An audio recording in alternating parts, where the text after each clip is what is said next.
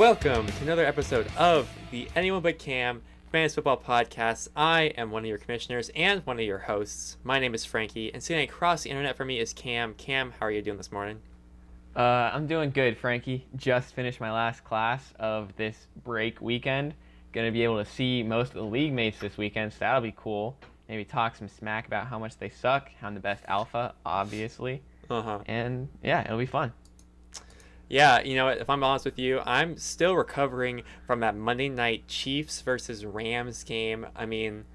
Wow. You are obviously a beneficiary on that end with 30 plus points for Mr. Tyreek Hill, and then an ankle injury harping on Todd Gurley. So Devin to be disappointed with that. We'll get to that for sure, but that was an incredible game to watch. Such a good time. Yeah. Alrighty, thank you all for joining us. Another episode, our 13th episode in a row. That's over, 3 months of content nonstop for you all. You're welcome. All for free too. Yeah, so we'll start off with a tiny bit of housekeeping. We'll do our waivers and discussion. We'll have our weekly rewinds, and then I'm going to go over all of the tiebreaker scenarios as we are entering the last week of division play, which will have something to say about how these divisions end up shaking out after our week 13 doubleheader as well. Cam was bringing a new segment, asked you guys in the survey this week. That's the word, survey, for some of your takes. We'll get to those. We'll do our matchup of the week, all those, do our pick'em, and then we'll do a mailbag, a jam-packed show, and I'm ready to get started. How about you, Cam? I'm excited. Let's do it. Let's get going. Tiny bit of housekeeping. As Cam mentioned, this is Thanksgiving break coming up soon. I just want to tell you all that if you have not paid the dues yet for the buy-in, Greg, JP, Justin, Lassie, Levi, Logan, and I see you over this Thanksgiving break, I am expecting to be handed a $10 bill. Or from this point forward, this is where you've had an entire season of me not being annoying about it. This is when I'm going to start getting annoying. Just to let you all know, to be expecting that. You've had so much time to pay me. It's actually ridiculous. Anyways. And it's only $10 now. Yes, only $10. I gave you all what you wanted, and yeah. So now let's go into our waiver discussion. Some fun stuff this morning. The hot ticket item this week, Gus Edwards going to Jake Logan for $61. Jake now has 0 fab the rest of the season, none for playoffs in case there's, a defense or a kicker or something he wants to pick up. A bold take for a bold decision for a backfield that's seen 4 different players star in it. But the vibe and the word out of Baltimore camp coming from Harbaugh is that Gus Edwards should be the guy going forward. So we'll see if that works out. What did you think about the acquisition, Cam?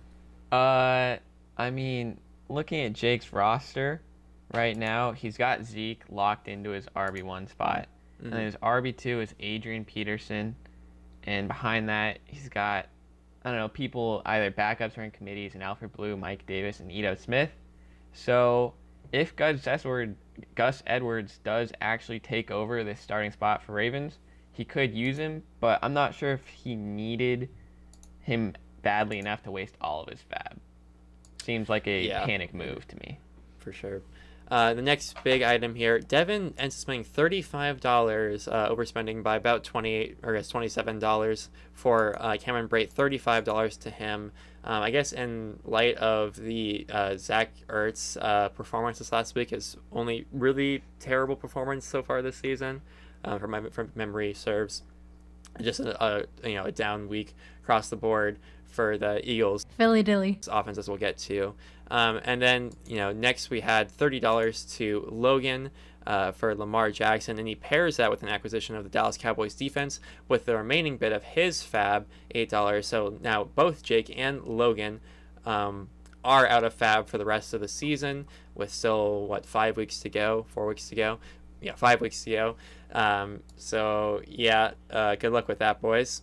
And then one thing I want to talk about quickly is both Greg and I decided to bid $20 on Jameis Winston, but I lost out due to priority, which is probably my own undoing, considering I usually wait till later in the week to acquire a kicker or my defense for the week, which worked out this week for the Colts. But so and then the benefit to that is I can just kind of see where everyone's going and then move, zig where people zag, as I try to do. But then we see the downside of it. I was $1 short of acquiring my quarterback this week, who anyways, good on you, Greg. I'm glad that you're still chugging along, even though you might be out of the playoff race officially, actually, as we'll get to.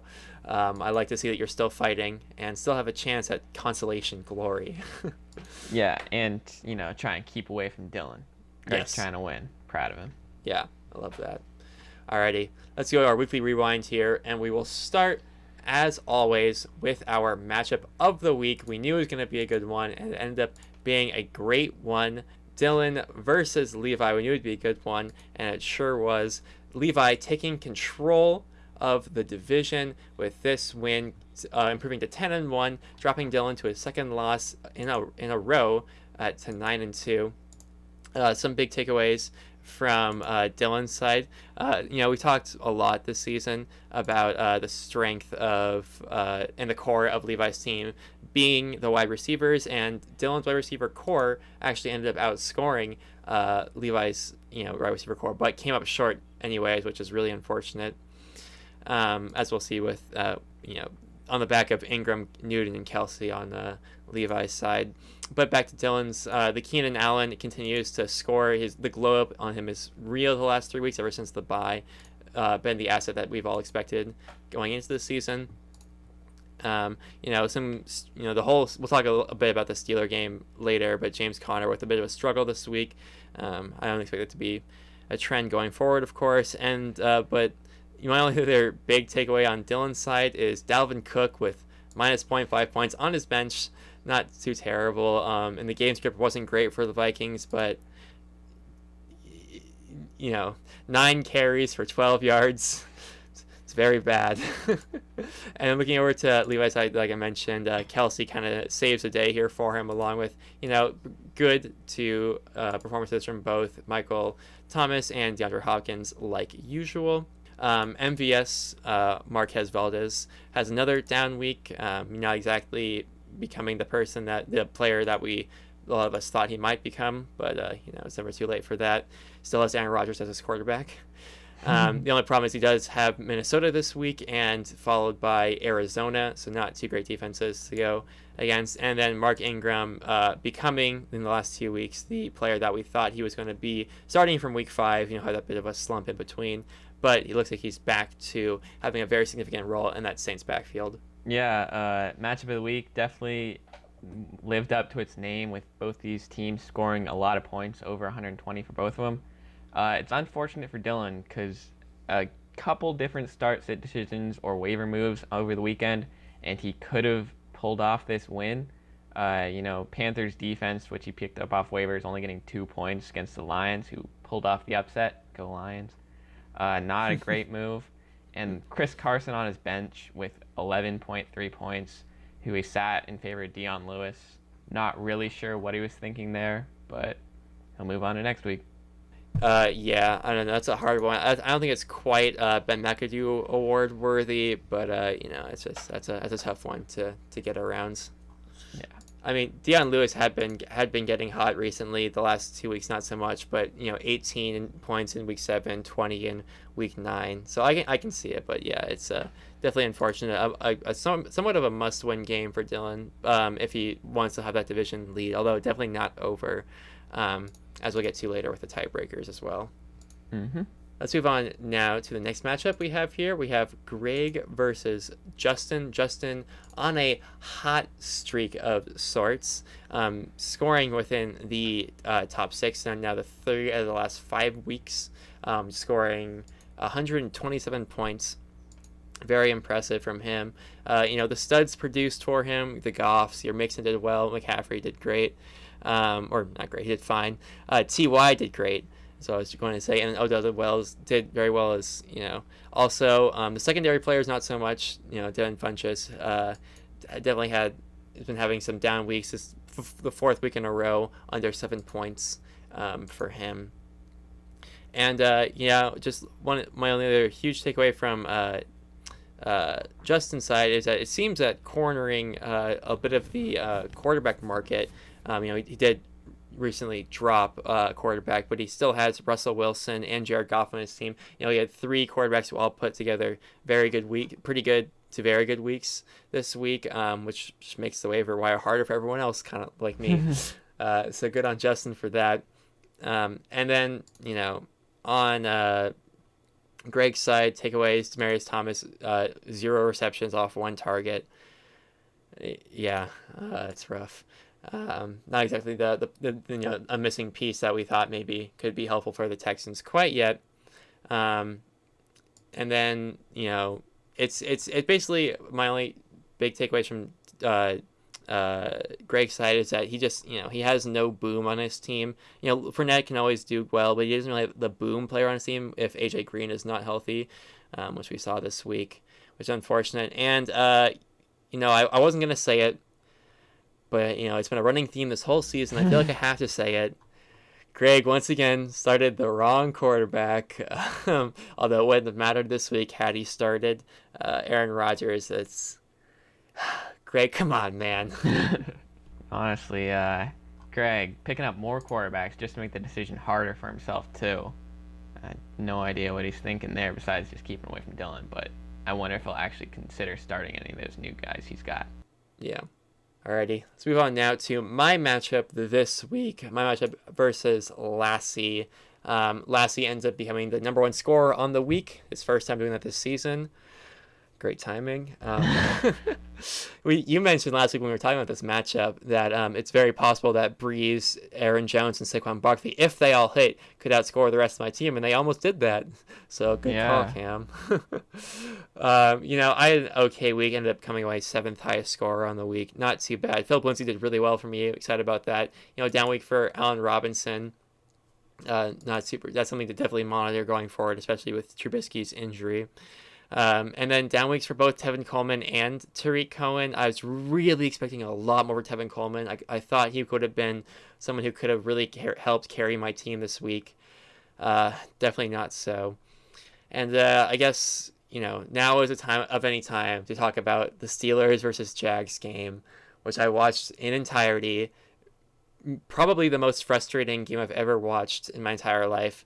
3 quarters of absolute garbage play from the Steelers. Just garbage. Ben ends up coming away this week with 20.66 points, which is a fine week for a quarterback.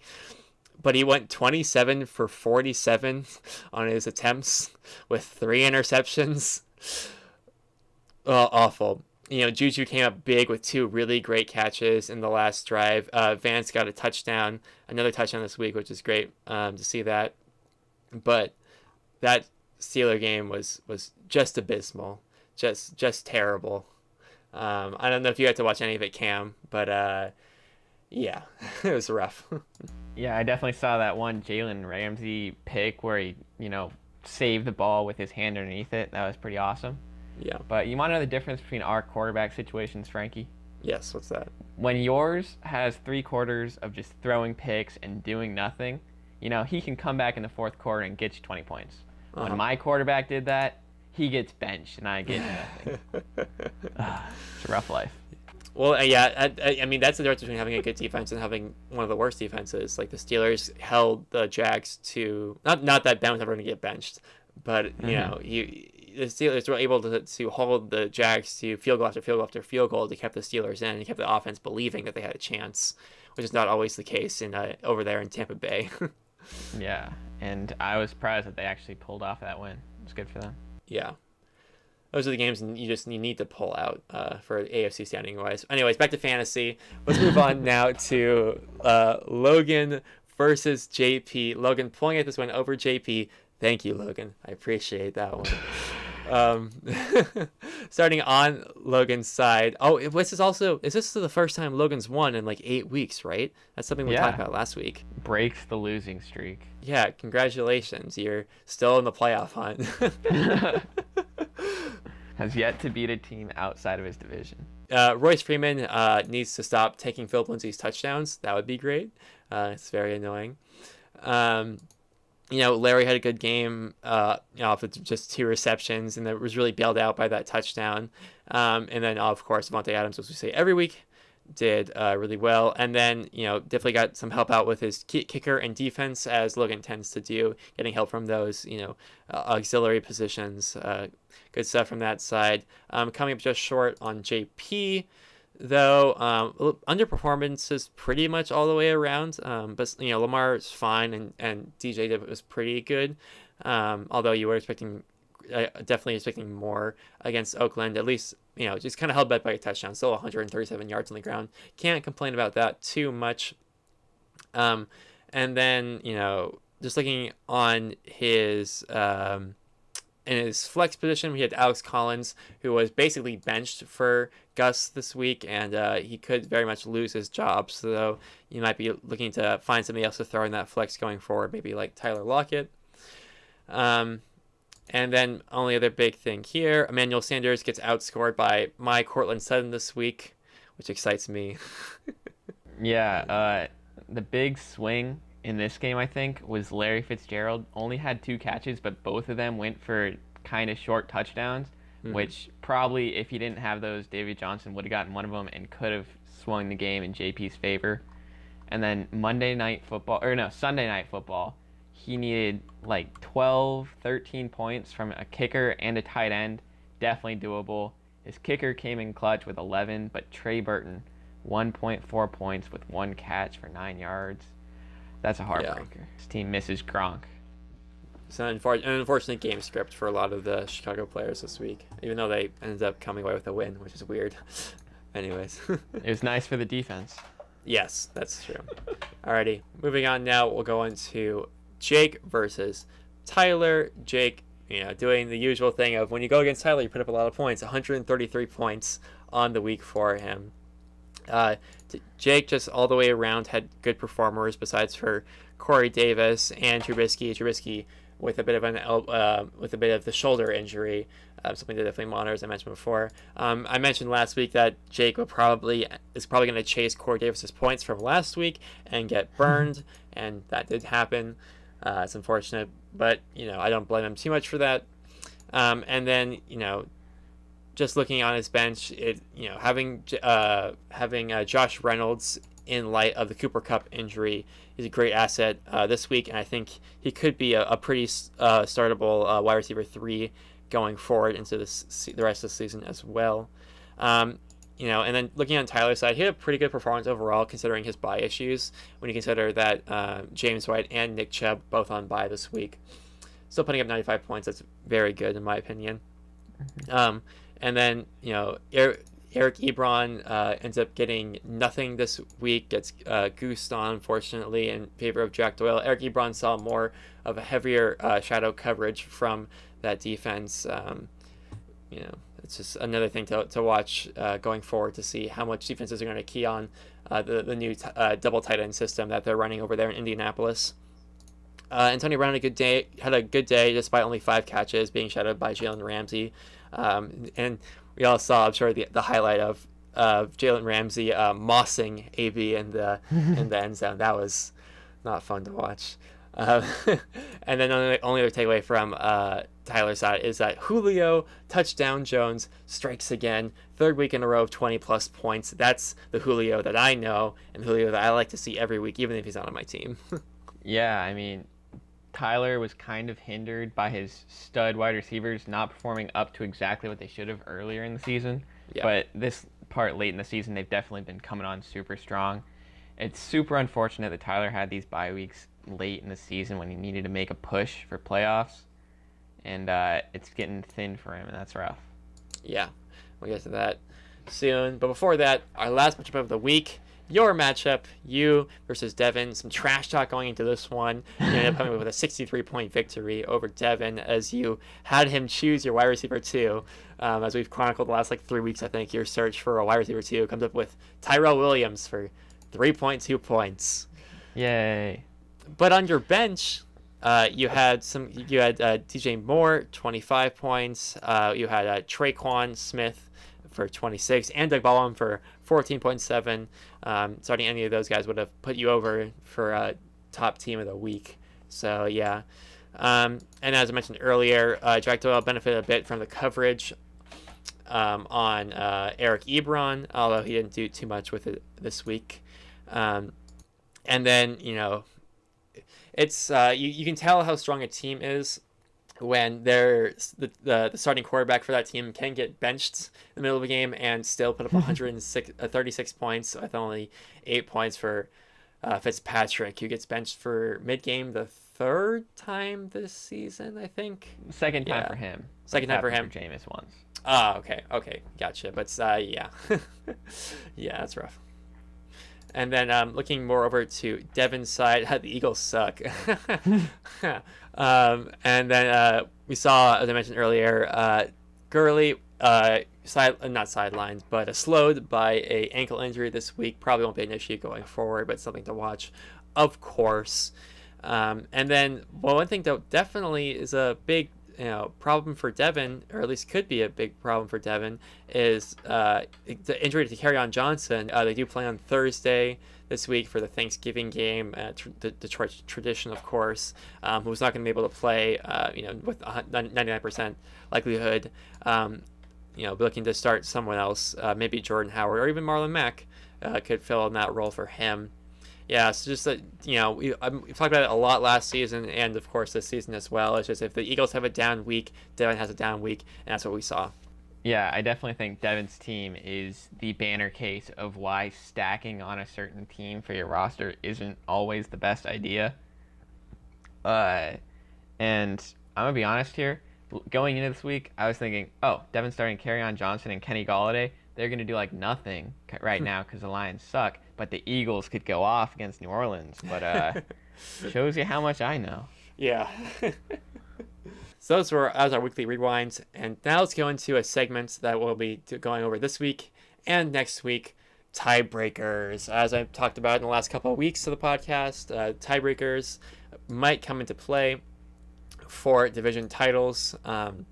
Head-to-head is the tiebreaker we're using for division titles, and for wild cards we are using points for. And in the event, in the head-to-head matchups for division, that the teams split games, they go 1-1 against each other, as we see quite a bit around the league.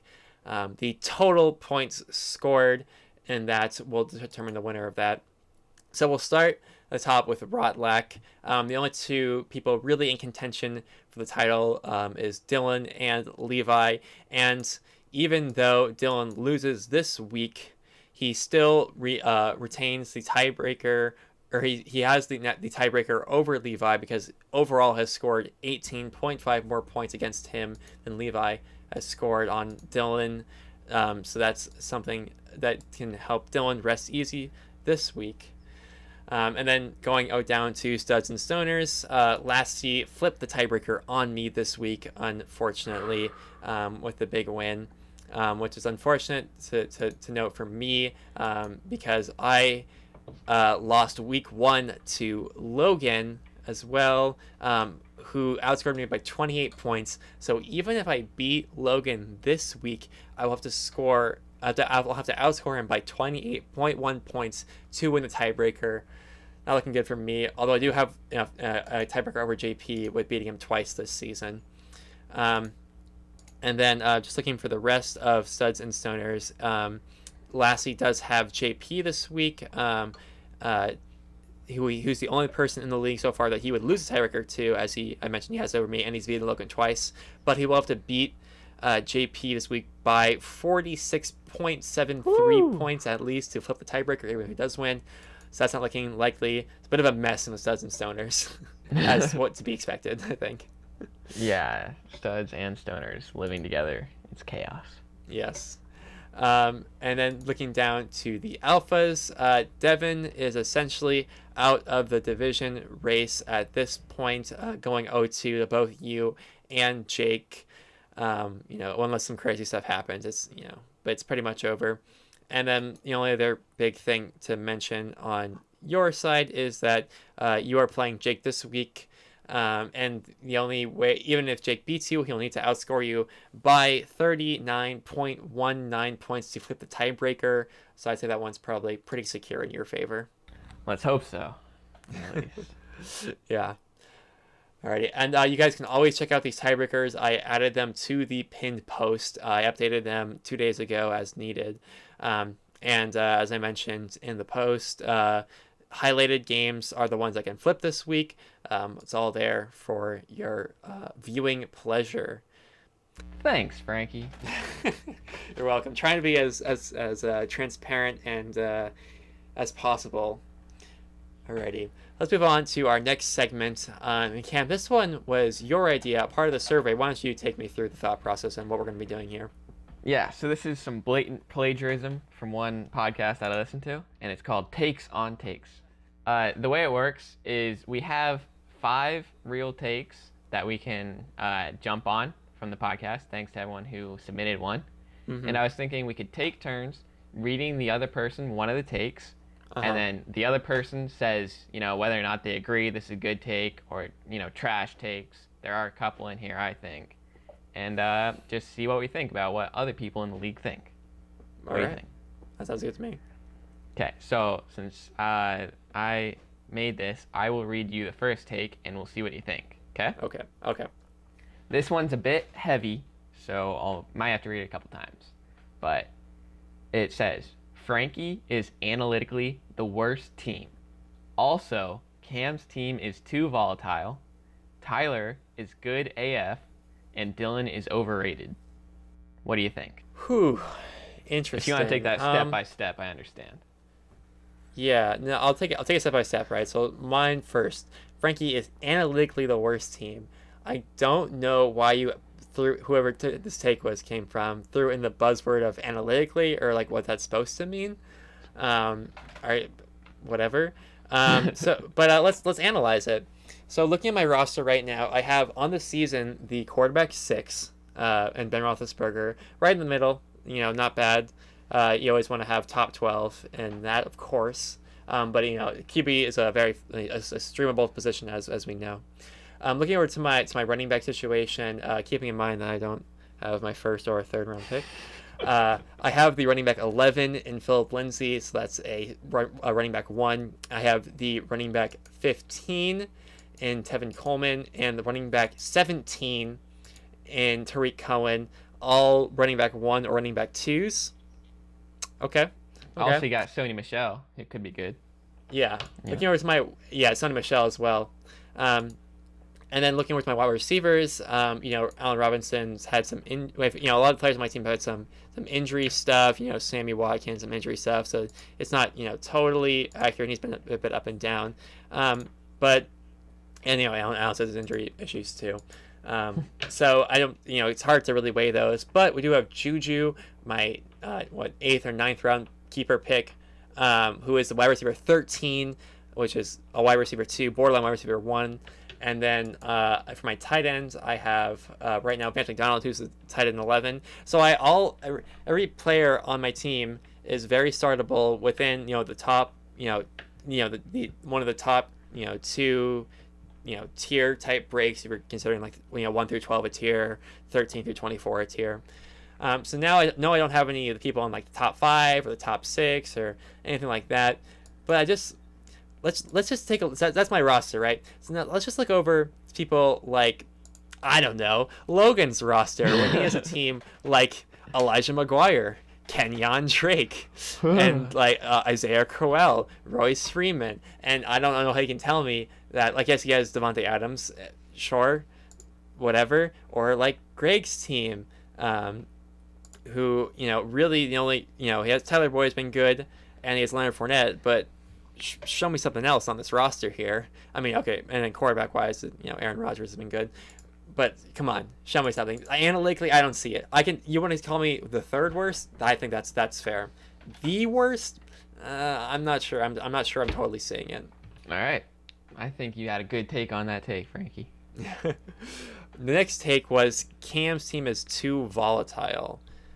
I guess by too volatile, it means that's a take to meaning that the volatility of Cam's team will end up biting him in the end. That's what I was thinking.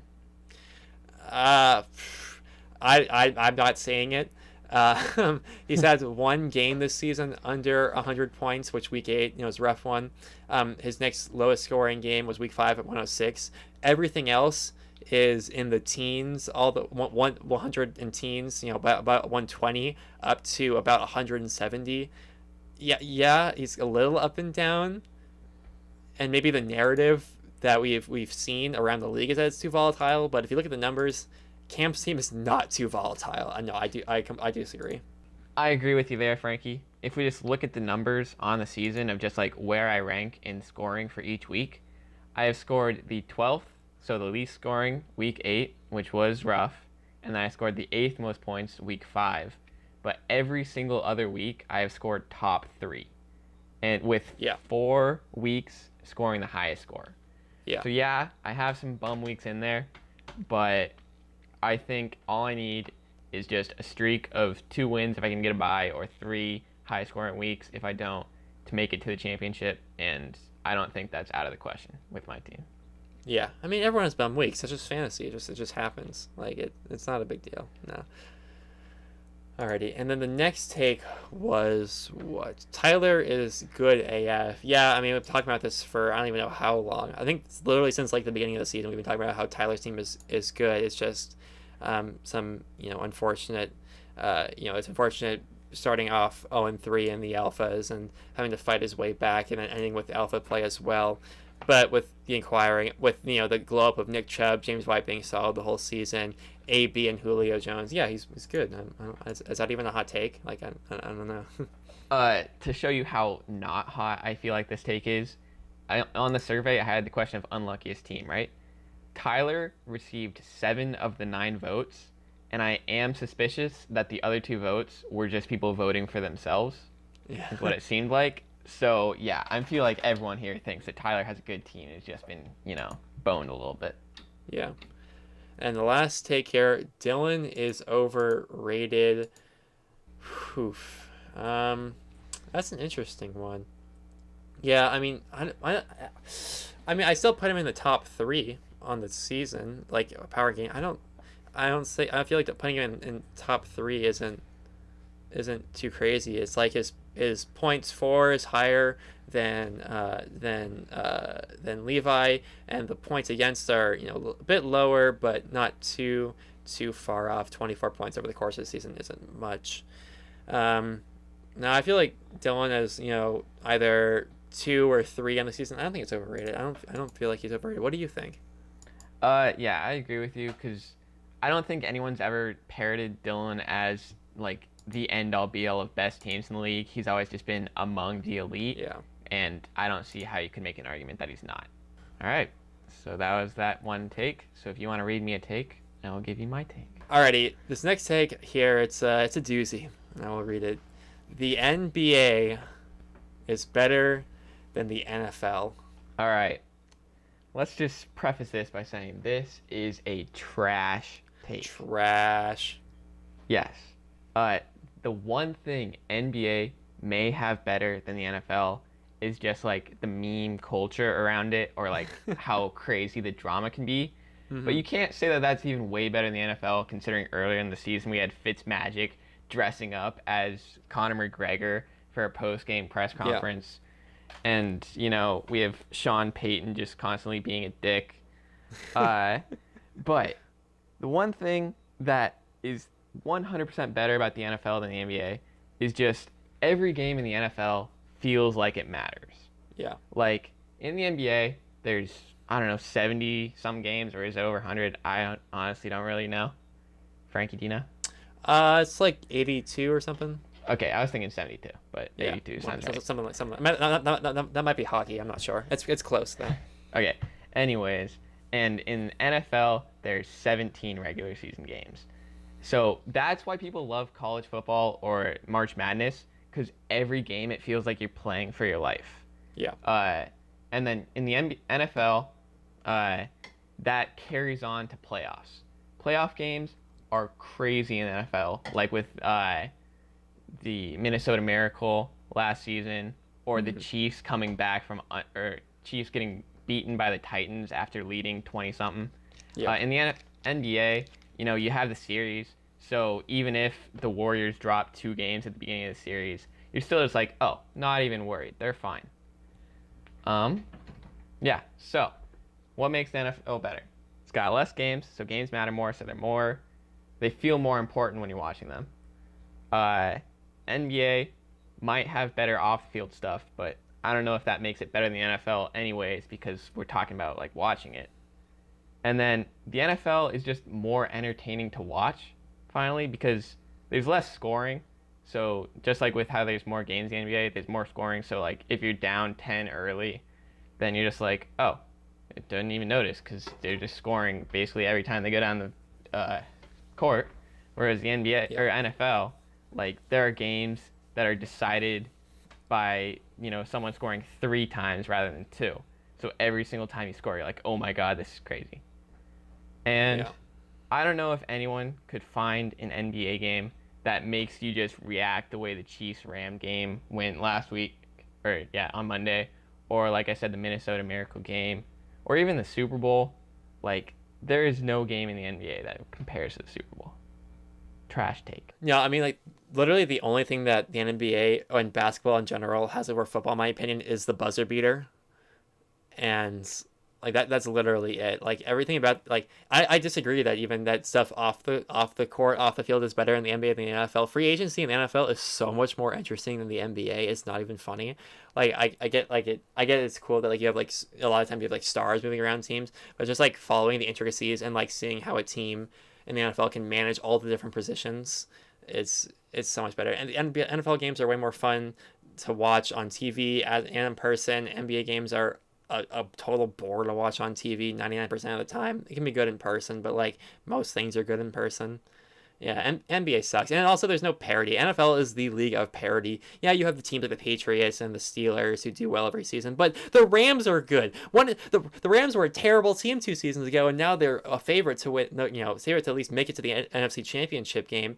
Like, you have Drew Brees, who's one of the best quarterbacks of all time. He's only ever been to 1 Super Bowl, and he's going to might go again this year. But, like, that doesn't happen. Like, if you have a really good team in the NBA, like the Warriors or the Cavs with LeBron, like, they're going to go all the way, and it's not even a question. The NFL is an amazing league of parity when you have teams like the Titans, like what you said, who can just come out of nowhere and beat the Chiefs, who are, so were pretty good last year.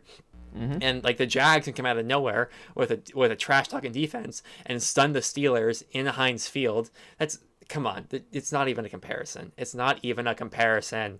Thanks, Frankie. Okay. After we got over that trash take, I'll give you another one. Okay. How about Logan has the worst keeper situation in the league, and it's not even close? Huh. Well, as you all hopefully have noticed in the pinned post as well, I also have a keeper eligibility master sheet that I've kept with all your players, and so we can track that.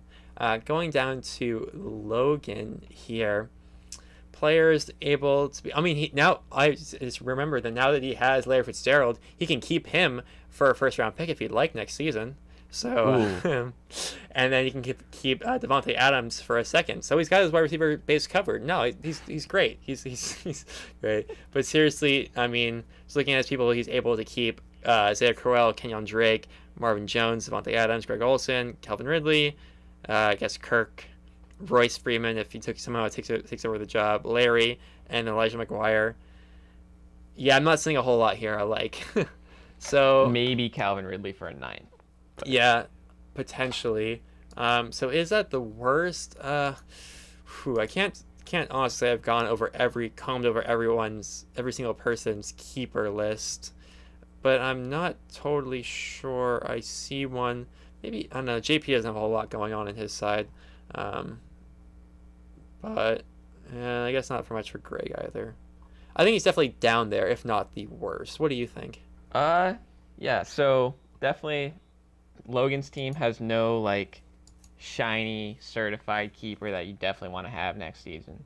Mm-hmm. But I guess now that you bring it up, it's pretty similar for JP. Like maybe David Johnson, like as the Cardinals improve, is still worth a first-round keeper. Yeah. And Greg, yeah, not a lot there either. Besides, AJ Green, but that's first-round pick probably and not great. Yeah. Tyler Boyd is probably a solid keeper, but we don't know what's going to happen with him going into next season because he'll still be a wide receiver too. Yeah, I definitely think it's close. You know. Yeah. So I guess Tyler Boyd could be a keeper. Yeah, it's Greg's definitely down there. Yeah, I think the case can definitely be made for Logan having the worst keeper situation, trading away a lot of his players prior to the prior to the trade deadline. Yeah. The next take here, running backs don't matter and can easily be replaced, and drafting one in the first round is so dumb a GM should be fired for doing so. I'm going to assume this is talking about the actual NFL because Yes. obviously running backs are valuable for fantasy. All right, taking it piece by piece. They say running backs don't matter, and I don't agree with that just off the bat. Like, being a Lions fan, watching us have no running game whatsoever, and then getting Kerryon Johnson, and we're finally able to, get someone who can rush for 100 yards in a game. I guess that didn't really help our record much, but that's not his fault. So I definitely think they matter, but I don't think that's the meat of this take, which is they can be easily replaced, and drafting one in the first round is dumb. I definitely think that running back skill sets haven't been properly valued by NFL teams. Like, with Rashad Penny, he doesn't have the kind of receiving skill set that can help out a team like Saquon Barkley does. Because I feel like the way the NFL is going right now, you need a running back who can have a help in the receiving game, like Alvin Kamara, Saquon Barkley, to some extent, Kareem Hunt. David Johnson's great at this. So I definitely feel like Saquon Barkley is worth a first-round pick, just how much he's been helping this Giants team, but probably not as high as he went. And so I don't think this take is super accurate just based on all the qualifiers they put, because transcendental talents should be valued if they are actually as good as they seem they are. But the way that the NFL has been going with so many good running backs coming out of the woodwork with later on picks like Kareem Hunt, Jordan Howard, Aaron Jones, definitely if they're not a great running back, you should wait and just try and find something. Philip Lindsay too. Oh my God. Yeah, right. It's a good take. Yeah, I get the. But yeah, what are you saying? I would say I think I agree with all of what you said, and then just like comparing it to like other positions that you might draft in the first round as a GM, like we saw like what it was a five or six quarterbacks go. Was it 5 quarterbacks this season? Yeah, 5 quarterbacks go in the first round this season. Quarterback is in the first round. Like a lot of the times, those picks don't work out even less than running back picks do. We've seen them quite a bit over the last few seasons. It's too early to tell with a lot of the guys this last season. But yeah, it's hard. I think like, and then I think like I definitely understand. I definitely agree that a lot of teams should be focusing on other positions as opposed to running back, and they probably are valued a bit too high. Like I don't understand why in the world the Giants drafted Saquon. Like I get that he's really great, and he's been like the most explosive player on their team this season, but they're not winning games because they don't have a quarterback that can do anything, and their defense is bad and their offensive line isn't great. So they hit a lot of pieces to go there. It's much more valuable to draft positions that are more scarce, such as offensive and defensive line. Offensive line being the most scarce, I guess, like offensive guard and tackle being the most scarce positions in the NFL and all of football. So I agree with the take overall. I don't think it's necessarily so dumb a GM should be fired for doing so, because it definitely can work out. But yeah, running backs in general are definitely overvalued. Last take for you, Frankie, is a doozy, and it says, Frankie is the luckiest human alive. Nothing bad has ever happened to him fantasy-wise. I'm glad you put that qualifier there at the end. The luckiest human alive. First three picks are all busts. I will not deny the fact that it is fortunate for me to be in the position I am in this season. Just based off a lot of the stuff that didn't go my way in terms of draft. So like in one way I'm lucky, but it's not like it's not like I'm getting here just by pure luck. I also I work at this every single week, every day of every week actually. So there's obviously luck. It is fantasy. It's kind of I didn't have any control of how the divisions ended up shaking out, but yeah. I'm definitely consider myself lucky to be in this position, but let's not act like I didn't do anything to get here. Yeah, and like I posted earlier in the chat, when I compared like how many wins people have versus how many wins they should have, Frankie only had 0.64 more wins than you would have like playing the entire league, whereas we have teams like Levi who has 3.27 wins more. And even Dylan with 0.82. And I feel like if you were the luckiest team alive, you would have locked up a bad division like Studs and Stoners by now. But the fact that it's still up for grabs, you need more luck. I don't know. Bad take. Also, I assume the person that wrote that take's mom is still alive, so check yourself. Can I say that? Is that like black people saying the N-word? I don't know. What? I have no idea what you actually just said. And then my take that I submitted for the takes on take is I said I can't wait for these censored weak takes. These takes were mostly trash and weak, so you all were thank you for meeting my expectations once again with your trashness. Anyways. But I appreciate everyone that put a take in here. Yeah, thanks for participating as always. Alrighty, that was our takes on takes, and we'll go into our matchup of the week discussion. And we had some debate over this one. I leaned one way. Cam, you ended up picking it this week. What match are we going with for the matchup of the week in week 12? Matchup of the week we got here is Frankie versus Logan, the Snake Charmer. Oh boy.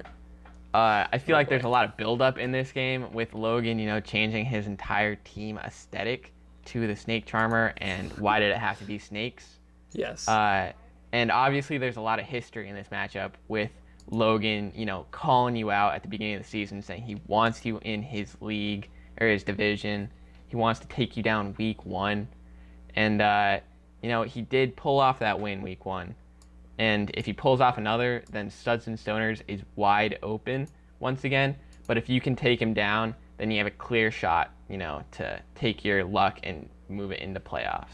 Yeah, this is gonna be as opposed to last week when I was saying that I was pretty sure I was gonna lose, and I did. This week I am fairly confident I will win this week. However, the Trubisky injury does cause me some pause. I'm not super sure what I'm gonna do with Allen Robinson or Tariq Cohen with that injury. But like I mentioned, I do have some good starting assets in Kiki Kuti and Cortland Sutton, who could do well against us.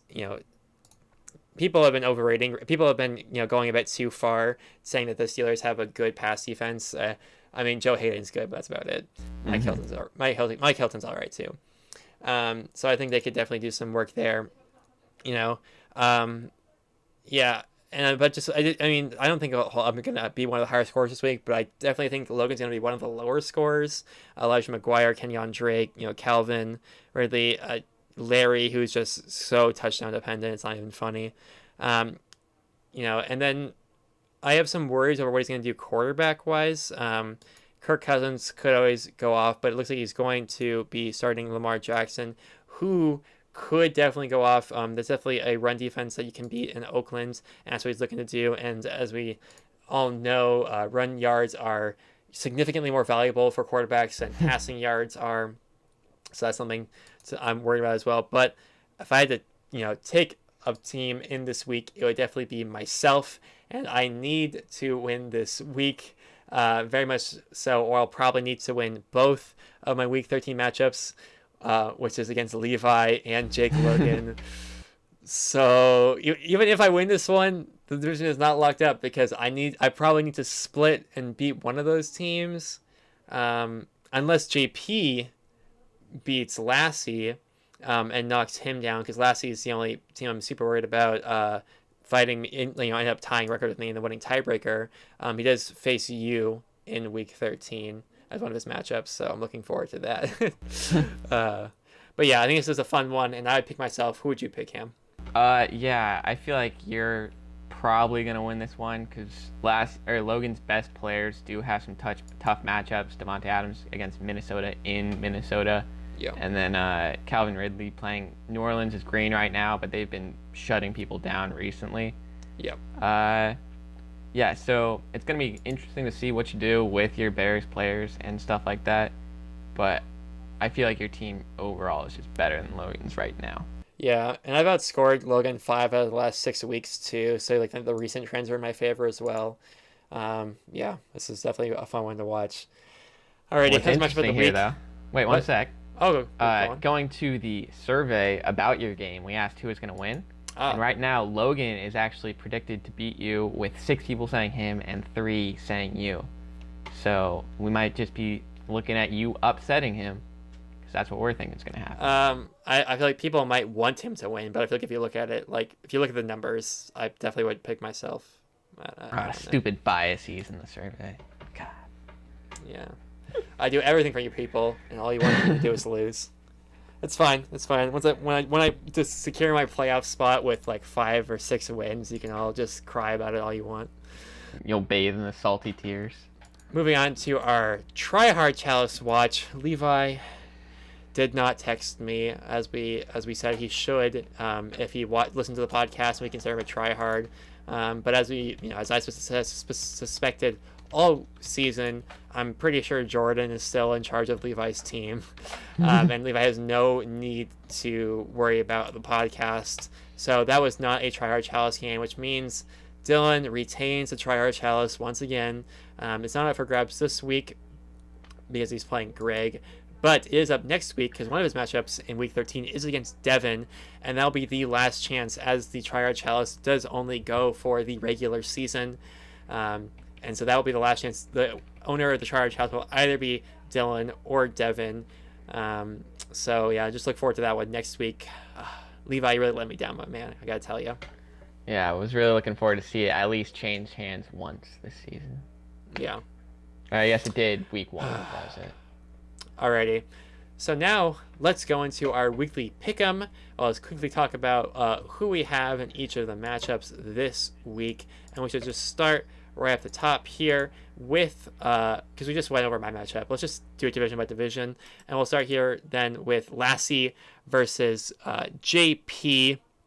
One that Lassie really is hoping to win to stay in the division race, as is JP. Looking to give himself a chance to make some stuff happen Week 13. Right now, JP is favored 53% to 47%, of course. And just looking at the matchup overall, man, I'd be super afraid of Drew Brees going against Atlanta. If I was JP, Drew Brees went for almost 40 points in Week 3 against that Atlanta defense. Man. Some divisional games here too with Green Bay, Aaron Jones against Minnesota, Saquon going against the Eagles, Captain Kirk against the Chargers. Or I guess that's not divisional. Anyways, West Coast. Yeah, if I'm looking at this, I think I'm going to take Lassie on this one. Hoping for a Drew Brees, not hoping, but predicting a Drew Brees and a Saquon carry. But I'm hoping JP wins this one. Who you got, Cam? Honestly, just hearing Lassie was playing JP, my gut reaction was just Lassie's going to take this pretty easy. But he's got some tough matchups this week with Aaron Jones versus Minnesota, Saquon Barkley playing Philly, who has a solid D-line but not great pass coverage. Yeah. But, Jake has no solid, locked and loaded, this person could carry his team to a victory players right now, unless Gronk comes back. So I'm going to say if Gronk is looking like he's going to play and be healthy, Jake could take it, but otherwise, Lassie's got this one. Yeah, he's currently on track to come back, so we will have to monitor that going forward as well. Alrighty, next matchup here, we'll move on to Rotlack, and we'll go Justin versus Levi. Justin currently favored, but Levi still has to put in a tight end and a kicker. I'm not sure. Did Levi pick up a tight end this week on waivers? I don't believe so. I think he may have put in a bid but didn't win. Yes, he did put in a $7 bid and was quite outbid by Devin. So we'll need to be finding a tight end to fill in there. Justin's on a hot streak, and I'm just gonna stay in the Flames. I'm picking Justin to win this one. Yeah, I mean, Justin has been super solid recently, but Levi's got some great matchups for him with his two Saints playing against Atlanta, who basically doesn't have a defense anymore. Yeah. It'll be interesting to see what he does to replace Travis Kelce and his Harrison Butker, because they have been very good for him. I guess he has Matt Bryant on his bench. Ooh. Yeah. I feel like Levi's, he's fighting for that division title, and I think he can still pull it off. Alrighty. Next up, we have the other half of Rotlack, Dylan versus Greg. Oof. This is one, I think, just by all accords, Dylan being a top 3 team, Greg being arguably the worst in the league, it definitely bottom 3 for sure. Even with the acquisition of Jameis Winston, I think you just gotta pick Dylan this one, right? I don't have to, because this is my upset of the week. I'm upset. Louder! I'm upset. Louder! I'm upset. Say it louder! I'm upset. Ooh. I know, All right. crazy, right? But, Dylan, he's felt the sting of defeat these last 2 weeks after going undefeated all the way up until that. So, I think he's just tilting way too hard. He actually spent waiver money on a quarterback, unlike Dylan. And Greg, he's putting in the effort, trying to find all those quarterbacks to keep away from Dylan. He's trying. I believe in him. Dylan's on a slide. Greg's looking up. Leonard Fournette's playing. AJ Green might be back, and he's going to take it. I like it. Now that's a good take, ladies and gents. That's a hot take. Alrighty. Let's move now down to the Alphas division, where we have our first matchup here. Tyler versus Devin. Devin coming off a really unfortunate defeat this week, looking to still stay in the discussion for playoffs. Let's see. Let's see what his matchups are looking like so far. Yeah, for me here, this one's honestly pretty easy. Devin's dealing with those Rams bye weeks, Todd Gurley, Brandon Cooks, Austin Eckler currently in his flex, who could be good because he's playing Arizona, who's not a great team, but he's still got to start Kenny Golladay against that Chicago defense, and Jordan Howard when the Lions actually have a pretty good run defense now with Snacks. I think Tyler's got this.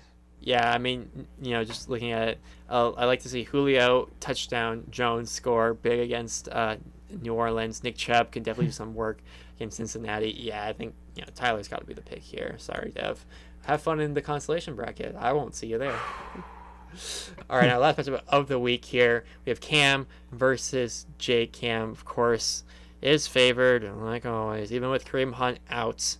Only to find someone to throw in to his flex, along with continuing your search for a true wide receiver 2, and maybe even wide receiver 1. Tyreek But Hill's looking on at bye. Yeah. Looking at the matchups here, I like the pickup of Eli, a very ballsy pick, but one that could definitely be pretty dang good against very beatable Eagles defense this year. Melvin Gordon will do big things. Kamara is going to have another. Kamara will probably explode against the Falcons if anything. If there's one thing to bet on, it's probably that. And then I'm just not seeing the boom on Jake's side, so I'm definitely picking you in this one. Yeah, especially with Jake right now looking at Mitchell Trubisky possibly not playing. I don't know how he can replace him because I've dealt with this quarterback waivers already. It's not good, and it's only getting worse. It's going to be tough for him, that's for sure. But Yeah. I got myself in this game. So that was our Pick'em segment, and now let's go into a jam-packed mailbag. This is what happens when we put out the surveys. We get a ton of questions. And we'll start off here with a question that was actually submitted a week ago from Levi, and he wrote in, which teams in the NFL are comparable to teams in our league? Example, last year's team is like the Raiders or the 49ers. Now that's just a bad take. Last year's team is not like the 49ers. Last year's team, if anything, is like the Texans right now. Just a team that started off really poorly, 0-3, and is just surging. I have a similar take there, but I think it's more like the Colts because he was too bad too long, but now he's really good. Yeah, I agree with that one. Yeah, so Lassie is like the Colts. Looking at other teams in the league, if I had to just pull on recent memory, I'm going to say that Devin's team is like the Panthers, a team that a lot of people thought was going to be good. Panthers we thought was maybe number 3, number 4 best team in the NFC, kind of in that spot where the Steelers are in the AFC. But when the lights came on and it was time to really show what you got in the primetime lights, Panthers against the Steelers, Devin against Cam, you just get embarrassed. Yeah. Embarrassed. Embarrassed. All right. One I got for you is Jake Logan. He's like the Chargers because, Chargers are a good team, but no one looks at the Chargers and says they're the best team in their division because everyone thinks that's the Chiefs right now. The 2 lost Chiefs compared to the couple lost Chargers. Just like Jake, Chargers, I'm the Chiefs. Suck it, Jake. Not as good. Yeah, I think that's a very apt comparison. And then, let's see who else. Logan, I think, is an interesting case. If I had to pick a team for Logan, I'd probably pick him to be like the Dolphins. The Dolphins who got some good wins early in the season, but have just done nothing since then. Like, they maybe picked up a win here or there, but like, yeah, a team that, a lot of people were hot on going into, after the first couple of weeks. But it turns out they weren't playing that strong of opponents. All right, and lastly, as dirty as this makes me feel, I'm like the Packers right now because Packers, they're a pretty good team, but whenever they've played a great team, such as the Rams or when they played the Patriots, they just couldn't pull out the wins. And that's like me whenever I played Logan or Levi or Dylan, I just, choked in the heavy pressure spots. Yeah. But you know what they say, relax. Next question comes in from Alex, and he writes in, if you were stranded in the Alaskan wilderness and could only bring 2 current NFL players with you to help you survive, who would you pick and why? Classic Alex coming in with a non-football question. Hey, it says NFL in it. He plays sports ball. But I actually have some quick answers for this one. Okay. The first answer, there's a Steelers offensive lineman who was in the military. I think it's Villanueva. Yes, Alejandro Villanueva. Yeah, I feel like he would be very good at, hunting or setting up shelters, anything to help me survive in that wilderness. And then secondly, there is a offensive lineman again for the Chiefs. I think it's like he's from Quebec. I don't really know. But he has a medical degree, or like he's a doctor. Like Tardif or something. And yeah. So that way I could have someone to hunt and help me survive, and the other one to be a doctor in case I'm dying. Easy. All right, well, I guess you thought about this one a bit more thoroughly than I did, because my first take, I'm going to take Justin Tucker, the kicker for the Baltimore Ravens, because I learned on Primetime Football that he can sing opera in like 8 different languages, and he could keep us sane. You know what I mean? By just keeping the mood light and helping us to endure that way. And my next pick was Aaron Donald, the defensive end for the Los Angeles Rams. I almost said St. Louis. The Los Angeles Rams, because he's just a beast of a man. And I figured if anyone was going to be able to hunt down something, it's probably him. So that's from my take. All right.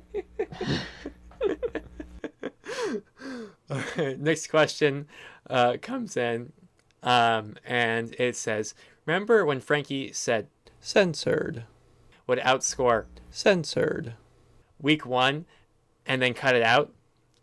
No, I don't remember that. Next question. That happened? Most dangerous current wildcard team. Okay, now if I created a playoff picture here, little graphic here, I'll add it to the pin post here soon. But currently the wild card is looking at Dylan, Jake Logan, and Devin are in the wild card, with everyone else in the league who is a division leader in the hunt, besides for Greg, who is mathematically out of the playoff race this season. So this question is a bit interesting. I'm not 100% sure what it's asking. I guess maybe it's asking which of the wild card teams have are most dangerous in terms of having a chance to win it all. And then it's just Dylan. Yeah. Dylan is, pretty clear. Yeah. I think maybe the question could have been something like, who is the most dangerous to become a wild card? And at that point, then it's, Tyler or Justin. But no, Dylan at 9-2 is definitely the most dangerous wild card team. Yeah, that's obvious. Next question writes in, why does Frankie think his team isn't poop emoji? It's the same question every week. Come up with something more original. I've talked about it at length every week. And then the last question finally writes in saying, what is your favorite type of snake? What's your favorite type of frog? I don't know. I don't like snakes. Actually, if I had to pick like a one fear, it's probably of any animal, it's probably snakes. I really don't like snakes. Interesting. Well, mine would be gardener snake because I'm not going to die picking that up.